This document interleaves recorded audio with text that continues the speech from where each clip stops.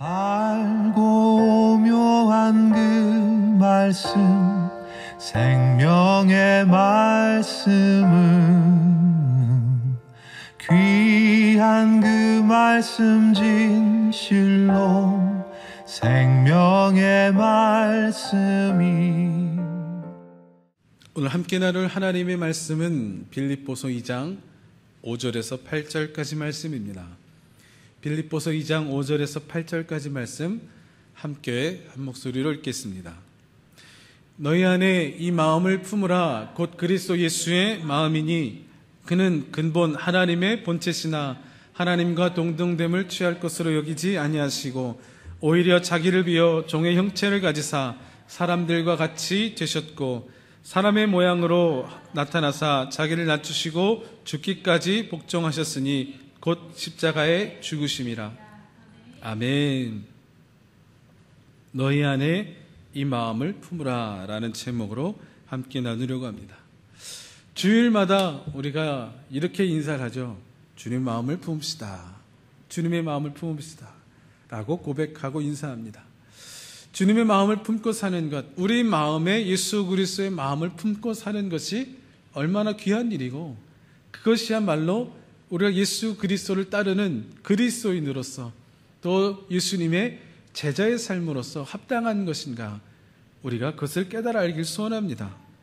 너희 안에 이 마음을 품으라. 어떤 마음을 품고 사느냐에 따라서 그 사람의 인생이 완전히 바뀝니다. 같은 일도 마음 먹기에 따라 완전히 다른 결과가 나온다고 하지 않습니까? 흔히 말하는 이야기 중에, 예를 들어서 말하는 이야기 중에 컵에 물이 반밖에 남지 않았구나 라고 말하는 사람이 있는가 하면 컵에 물이 반이나 있네 라고 말하는 사람이 있다고 하지 않습니까? 이 컵에 남아있는 물을 이야기하는 것도 사람의 마음 먹기에 따라 같은 컵에 같은 양의 물이지만 다르게 보고 다른 마음을 갖는다는 이야기입니다. 그래서 마음은 사람을 움직이기도 하고 또 이 마음은 사람을 멈추기도 합니다. 달리기도 하고 헌신하게 하기도 하고 반대로 지극히 개인주의적으로 만들어 버리기도 합니다. 사람은 늘 누군가를 의지하고 싶어 하죠. 특히나 삶의 중요한 선택의 순간이 다가올 때는 더욱더 그러합니다. 그래서 보면 여기 계신 분은 한 분도 그런 분 안 계시니까 이야기하지만 어떤 분들은요, 중요한 선택을 할 때는 전 보러 가시는 분들도 있다고 그러더라고요. 아주 용하다는 곳에 가서 기도를 받고 오기도 한답니다. 어린아이, 아주 어린아이처럼, 아주 주아처럼 어린아이는 부모님의 손을, 엄마의 손을 놓치면 세상을 다 놓치는 것처럼 울고 하죠. 근데 조금 크면 친구가 다 이 세상의 전부인 것처럼, 그렇죠? 중고등학교 뭐 이렇게 될 때는 친구 놓치면 세상을 다 놓치는 줄 압니다. 내가 아는 형님, 또 그런 인맥들, 아마 20대 초중반 후반까지도 그런 것 같아요. 어떤 사람들은 가지고 있는 지식들, 엄청난 양의 빅데이터, 인터넷 정보대로 따라하지 않으면 뭔가 마치 망하는 것처럼, 야, 인터넷은 이렇게 말하는데, 야, 전문가들이 이렇게 얘기하고 있는데 그대로 하지 않으면 완전히 망하는 것처럼 생각하는 사람들도 있습니다. 오늘 그러면 우리를 인도하고 있는 것은 무엇인가? 우리의 마음을 이끌고 있는 것은 무엇인가 하는 겁니다. 어느 순간에라도 주님의 인도를 받아야지 다른 어떠한 인도함을 받아서는 안 될 겁니다. 세상의 지식과 지혜를 아니요, 그것보다 뛰어나신 하나님의 인도와 하나님의 역사를 따라가야 할 겁니다. 이제 2020년도가 벌써 딱 반이 지났습니다. 정말 딱 6개월이 지나고 7월이 시작했습니다. 이때에 정말 우리가 이 말씀을 붙들고 예수 그리스도의 마음, 주님의 마음을 품고 살아갈 수 있기를 소원합니다. 너희 안에 이 마음을 품으라. 곧 예수 그리스도 주님의 마음은, 그 마음을 품고 살아갈 수 있는, 그 마음이 이끄는 대로 행동할 수 있는, 그 마음을 의지할 수 있는 우리 모두가 되기를 소원합니다. 수많은 선택의 순간을 만날 때마다 예수님이라면 어떻게 하셨을까라는 질문이 그래서 우리 안에 늘 있기를 소원합니다. 사람을 대할 때도, 누구를 만날 때에도 예수님이라면 어떻게 하셨을까? 예수님이라면 이 사람에게 어떻게 대하실까? 그 만남이 그냥 친분 간의 만남일지라도, 아니 어떤 중요한 만남, 이 일을 통하여 계약이 성사되거나 이 만남을 통하여 어떠한 중요한 일들이 처리될 때도 예수님이라면 이 만남 가운데 어떻게 하실까? 삶의 사소한 일에서부터 중요한 결정에 이르기까지 예수님이라면 어떻게 하실까 함께 고민하고 함께 의식하면서 살 수 있기를 소원합니다. 이것이 아주 자연스럽게 내 안에서 나온다면 그처럼 정말 이상적인 삶은 없을 거라 생각이 듭니다. 자연스럽게 무슨 일을 할 때마다 그래, 예수님이라면 어떻게 하셨을까? 예수님이라면 이때 어떻게 하셨을까? 이심전심이라는 말이 있죠. 내가 정말 주님의 마음을 이렇게 품고 산다면 내 마음이 주님의 마음이요, 주님의 마음이 내 마음이 될지 모릅니다. 그러면 우리가 품어야 할 예수님의 마음이 무엇일까? 그것은 첫 번째로 예수님의 마음, 낮아지신 마음입니다. 예수님이 낮아지신 마음, 본문 2장 6절에 보면 이렇게 기록합니다. 그는 근본 하나님의 본체시나 하나님과 동등됨을 취할 것으로 여기지 아니하시고, 여기서 그는 근본 하나님의 본체시나 할 때 그는 예수님이시죠. 예수님은 근본 하나님과 본체 같은 분이라는 겁니다. 하나이시라는 겁니다. 예수님은 근본적으로 하나님이시다, 하나님과 하나이시다라고 이야기를 하고 있는 겁니다. 하나님과 동등됨을 취할 것으로 여기지 아니하셨다는 말은 본래 근본 하나님과 동등하다, 하나님이시지만 그것을 내려놓으셨다는 겁니다. 동등하다는 것은 이미 하나님과 같은 급이요, 하나님과 하나이라는 거죠. 그렇죠? 그런데 예수님께서 7절에 오히려 자기를 비워 종의 형체를 가지사 사람들과 같이 되셨고, 오히려 자기를 비워서 종의 형체를 가셨다고 하였습니다. 자기를 비웠다라는 말은 나를 포기했다라는 겁니다. 하나님의 영광을 포기했고, 하나님의 권능을 포기했고, 독립적으로 권위를 행사할 수 있는 것도 포기하셨습니다. 하나님의 속성이라고 하는 전지, 전능, 무소, 부세, 하나님의 모든 권능의 역사들을 다 포기하셨습니다. 우리는 낮아짐에 대하여 우리가 생각하고 상상해 보아도 우리가 경험한 것 안에서의 낮아짐만 우리는 상상하고 생각할 수 있습니다. 그 이상은 안 되죠. 그래서 만약 낮아짐이라고 한다면, 글쎄 한 회사의 최고 경영자로 있다가 갑자기 한순간에 거리로 나앉게 되는 것, 그것이 참 낮아짐인가? 이것만 해도 엄청난 낮아짐이긴 할 겁니다. 100년, 200년 전만 하더라도 왕의 신분이었다가 갑자기 노비가 된다면, 그것처럼 엄청난 신분 하락이 있을까? 그러나 예수님의 낮아짐은 이러한 정도의 낮아짐이 아니라는 겁니다. 우리가 생각하는 것과는 차원이 다른 낮아짐이라는 거죠. 우리가 지금 생각하는 이 낮아짐은 그저 한 인간의 삶의 경계 안에서 이루어지는, 그 안에서 이루어지는 낮아짐이기 때문입니다. 차원이라는 말 잘 아시죠? 1차원, 2차원, 3차원. 지금 과학이 말하는 차원이 제가 들은 바로 11차원까지를 말한다고 합니다. 11차원. 점 하나는 0차원이고 무수히 많은 점들이 모여서 선이 되죠. 이게 1차원이라고 합니다. 이 선들이 보면 수많은 점들이 모여서 있는 것이죠. 이 안에 있는 수많은 점들은 선의 경계를 넘어갈 수가 없는 겁니다.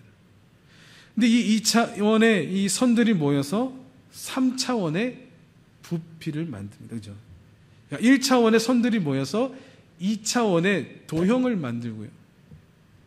도형들이 모여서 3차원의 부피를 가진 존재가 됩니다. 1차원의 점들이 모여서 선이 이루어진 선 안의 점들이 그 안에 갇혀있는 존재가 되면 2차원은 상상도 할 수 없다는 거죠. 그래, 이 선 밖에 뭐가 있어? 도형이라는 것? 말도 안 돼. 아니, 도형 안에 갇혀있는 이 수많은 점들과 선들이 그 안에 갇혀 있는데, 아니 3차원의 부피를 가진 존재가 있다란 말이야. 우리가 사는 이 지구는 어떠한 차원인가 라고 한다면 3차원의 공간, 부피를 가진 공간 가운데 시간을 더해서 4차원의 공간이라고 이야기를 합니다. 5차원이라면 시간의 경계를 넘어간 것이 5차원일 겁니다. 우리가 상상해 보면 예수님은 과연 몇 차원에 계신 분일까요? 그저 상상일 뿐입니다. 그런데 이 차원, 상위 차원과 하위 차원의 갭이, 그 차이가 엄청나다. 서로 이걸 넘볼 수 있는, 상상할 수조차 없는 차원이라는, 이 경계라는, 이 차이라는 겁니다.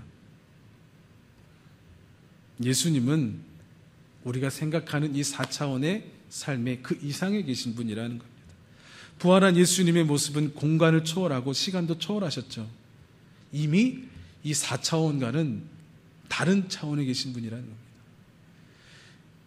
정말 차원이 다른 이곳의 낮아짐으로 이 땅 가운데 오셨다라는 겁니다. 이 4차원 안에서 낮아짐이 아니라요, 정말 높은 왕의 신분에 있다가 낮은 노예의 신분으로 바뀐 그 정도의 낮아짐이 아니고, 이건 4차원 안에서 이루어지는 일이잖아요. 근데 그것이 아니라 예수님이 이 땅에 우리를 위하여 오신 것은 저 높은 차원에서 이 4차원, 이 낮은 차원으로 내려오신 거라는 겁니다. 수많은 제약들을 받으면서 이 땅 가운데 우리를 위하여 오셨다는 겁니다. 그래서 온전히 자기를 비워 종의 형체를 가지사 사람들과 같이 되셨고 라는 예수님의 이러한 포기, 스스로 이 제약의 가치심이 무엇인가, 나에게 어떠한 의미인가 하는 겁니다. 낮아지신 예수님의 마음, 자기를 비웠다고 하는 그 포기의 마음이 무엇인가 하는 겁니다. 예수님이 내려놓으신 것, 포기하신 그것이 늘 높아지고 싶은 나에게 어떠한 의미로 다가오는가 하는 겁니다. 우린 늘 높아지고 싶어 합니다. 한 살이라도 많으면 형 대접, 언니 대접 받아야죠. 누군가가 날 무시하면 참을 수가 없습니다. 10대 학생들이 학교에서 제일 많이 싸우는 이유가 무엇이었는지 아십니까? 중고등학교 때, 제가 학교 다닐 때 보면 제일 가끔 가다가 중고등학교 때 이 남자 학생들은요, 뭔가 이렇게 끌어오르는 게 있는 거예요. 늘 이게 끌어오르는데 막 닫아 놓는 것 같죠. 누가 살짝 건들면 뚜껑이 확 열려서 확 싸우기도 합니다. 그러면 하루에도 막 몇 번씩 싸움이 일어나는 때도 있고요. 그럼 왜 싸우는지 제일 많이 싸우는 것 중에 하나가 무엇인지 아세요? 그 이유는 날 쳐다봤기 때문입니다. 그래서 딱 쳐다봤는데, 이제 그죠? 네가 세냐 내가 세냐 할 때 누가 먼저 눈을 아래로 이렇게 딱 그죠? 이게 피하냐, 이게 중요한데 안 피하고 나를 계속 쳐다봤다. 이게 싸움이 나는 겁니다. 쳐다봤기 때문이죠. 그 안에는 무슨 뜻이 있는가? 제가 나를 만만하게 봤구나.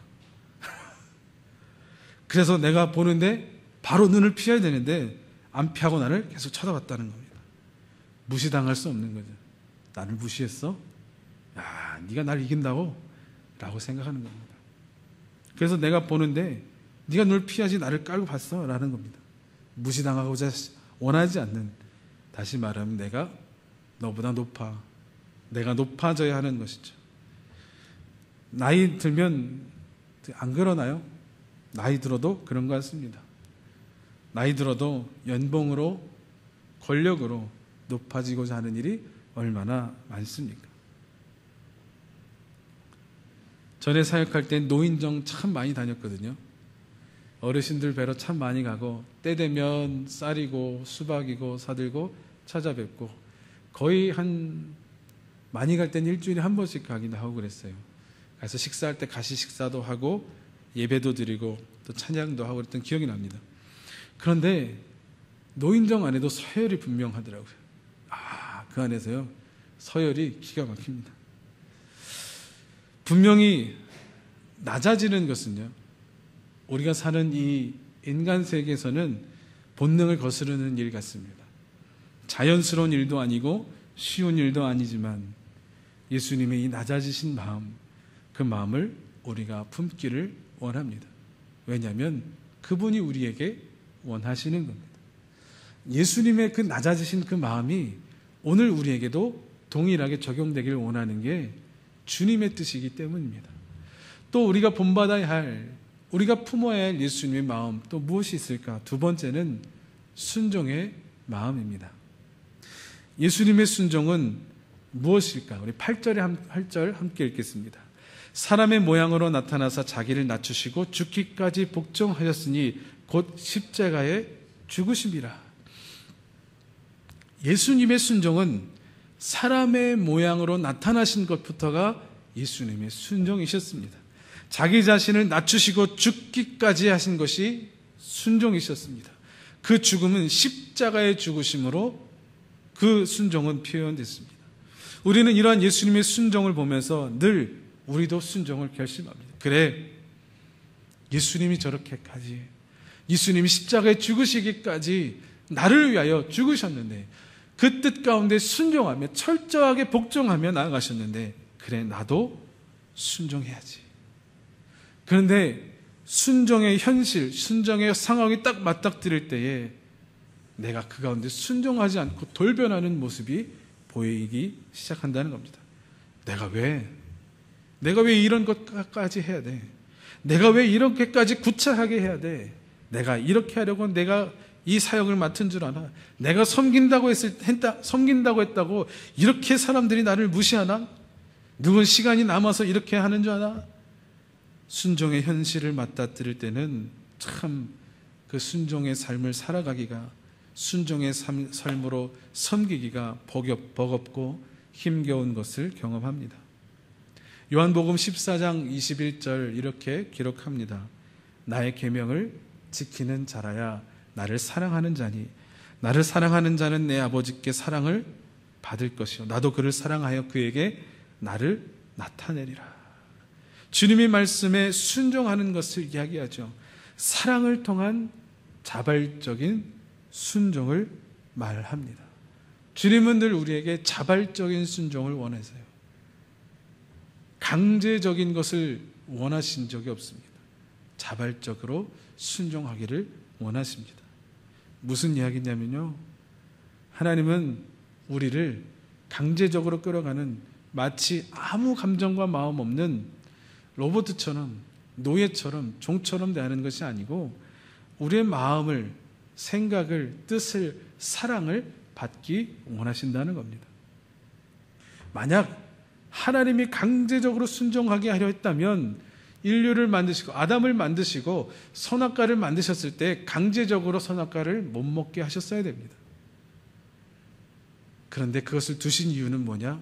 자발적으로 하나님을 알기를 원하는 것, 자발적으로 하나님과의 관계를 성립하기를 원하는 것, 자발적으로 하나님을 사랑하기를 원하는 것이 그 마음에 있기 때문이죠.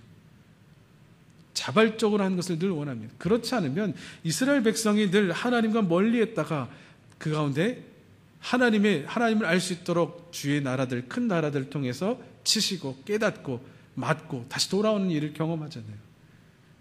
자발적으로 그것을 하지 않게 하면 굳이 그럴 이유가 없죠. 늘 하나님이 통제하고 강제적으로 하는데 뭐 그렇게 막 침략 당했다가 올 필요가 있나요? 순종, 사랑을 통한 자발적인 순종을 원하신다는 겁니다. 제가 순종을 이해할 때 늘 말하는 3대 원칙이 있습니다. 3대 원칙 말씀드린 적 있을 거예요. 첫 번째 하나는 즉시 하는 것. 내가 이 순종의 때를 물어볼 때가 참 많은데 주님 언제 해야 됩니까? 라고 하는데 즉시일 경우가 많습니다. 즉시 또 하나는 기쁘게 하는 겁니다. 즉시하며 기쁘게, 주님의 사역은, 주님의 순종은 기쁘게 되는 거죠. 짜증과 혈기로 하는 것 주님이 원치 않으신다는 겁니다. 세 번째는 온전하게입니다. 즉시, 기쁘게, 온전하게. 순서야 뭐 바뀌어도요, 온전하게, 기쁘게, 즉시여도 상관없습니다. 그러나 이 세 가지는 늘 중요하다는 겁니다. 즉시, 기쁘게, 온전하게. 우리가 품어야 할 예수님의 마음 세 번째는 사랑의 마음입니다. 예수님의 낮아지심과 순종의 시작은 어디인가 하면 사랑입니다.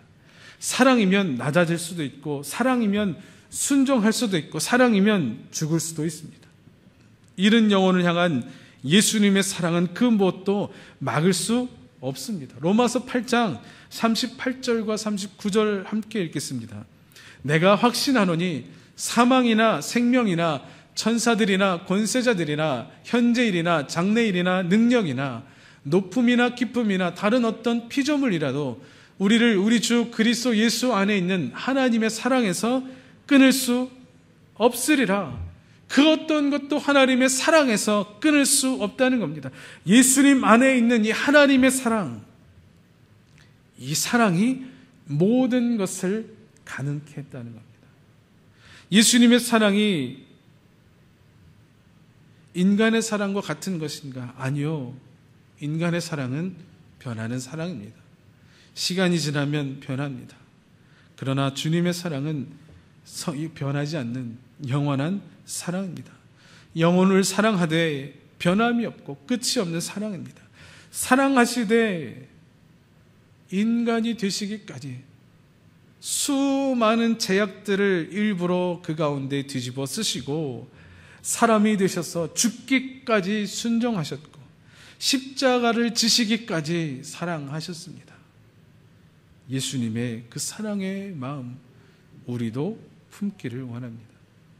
예수님이라면 어떻게 하실까? 예수님이라면 어떻게 하셨을까? 낮아지신 예수님, 순종하신 예수님, 사랑하신 그 예수님이라면 어떻게 하셨을까? 어떻게 하실까라며 생각하고 질문하는, 그렇게 살아가는 우리 모두가 되기를 소원합니다. 사랑이면 낮아질 수 있습니다. 사랑이면 순종할 수 있습니다. 사랑하는 사람을 위해서 우리가 정말 사랑할 때 그 사람을 위해 다 해주고 싶은 마음이 있잖아요. 사랑하는데 그 사랑하는 마음이 너무도 큰데 그 사랑하는 사람을 위해서 내가 쓰는 돈이 아깝던가요? 내가 가진 것 다 줘도 아깝지 않죠. 없어서 모자르다면 그게 더 안타까울 겁니다. 사랑하는 마음이라면, 인간의 사랑도 이러한데 주님의 사랑은 생명까지 주신 그 사랑이라는 겁니다. 그 마음을 우리가 알고 깨닫고 살아가야 한다는 겁니다. 그 주님의 마음을 우리 마음에 품고 살아가야 한다는 겁니다. 그 주님의 마음 어떻게 우리 안에 품는가, 주님의 마음을, 그리고 주님이 어떻게 행하셨는가를 늘 배우고 깨닫고 그 마음대로 살아가기를 결심하고 작정해야 할 겁니다. 주님이 그 마음으로 어떻게 사셨는가, 말씀을 통해서 내가 늘 배우고 체험하고 그 말씀을 내 삶으로 가지고 와, 그래, 내가 이 말씀대로 예수님의 행하신 이것을 내가 닮아 살아가야지 고백하고 결단하는 삶이 우리 안에 있어야 할 겁니다. 어떻게 해야 되는가? 매일매일 말씀 가운데 거하고 그 말씀이 내 삶에 이루어질 수 있도록 기도하고 주의 도우심을 구하며 살아가는 바로 그것입니다. 2020년 우리 함께 이 남은 6개월 동안 주님의 마음 헤아리게 우리의 마음을 다 쏟을 수 있었으면 좋겠습니다. 그리고 주님의 음성 듣기에 우리에게 어떤 마음을 주시는가, 어떤 음성을 들려주시는가, 어떤 감동을, 어떠한 메시지를 주시는가 귀 기울일 수 있었으면 좋겠습니다. 우리가 영적인 귀를 열고 민감하게 듣기를 소원합니다. 어떠한 일이, 어떠한 말씀이, 설교 중에 내가 있는 성경의 구절 중에 하나님이 분명 나에게 주시는 감동이 있을 텐데 흘려버리거나 내가 그냥 넘어가 버리는 것이 아닌지, 주의 음성 듣기에 주의 음성, 그 마음을 알기에 힘쓸 수 있는 우리 모두가 되기를 원합니다. 그리고 그 음성에, 그 마음의 감동의 그 메시지에 순종하기를 애쓸 수 있는, 그래서 우리의 삶 가운데 하나님의 주신 마음이, 그 말씀이 실현되는 놀라운 은혜가 있는 2020년 하반기가 되기를 간절히 소원합니다. 너희 안에 이 마음을 품으라, 곧 그리스도 예수의 마음이니. 우리 모두 함께 주님의 마음을 품기를 소원합니다. 우리가 함께 고백하는 것처럼 주님의 마음을 품읍시다. 주님의 마음을 품읍시다. 낮아지신 주님의 마음, 순종하신 주님의 마음, 그 크신 사랑으로 우리를 위하여 다 포기하신 그 사랑의 마음 함께 품고 살아가는 우리 모두가 되기를 소원합니다. 이 시간 함께 기도하기를 원합니다. 기도할 때 주님의 마음 품고 살아가게 하여 주옵소서. 2020년 벌써 상반기가 다 지나갑니다. 이 하반기 내가 살아갈 때 내 마음대로, 내 욕심대로, 늘 높아지고자 하는 그 마음대로 살아가는 것이 아니라 나를 위하여 내가 상상하는 그 이상의 낮아짐을 우리에게 주신 것처럼 그 낮아지신 예수님, 순종하신 예수님, 사랑으로 우리를 위하여 그 죽으신 예수님, 그 마음을 듣고 깨닫고 순종하며 품을 수 있는 우리가 되게 하여 주옵소서. 합심으로 기도하겠습니다. 의미 없이는 기쁘시게 못하나니 고된 수고도 다 헛될 뿐이라 믿음이 없어서 무너진 삶의 모든 자리에 다시 주님을 기다리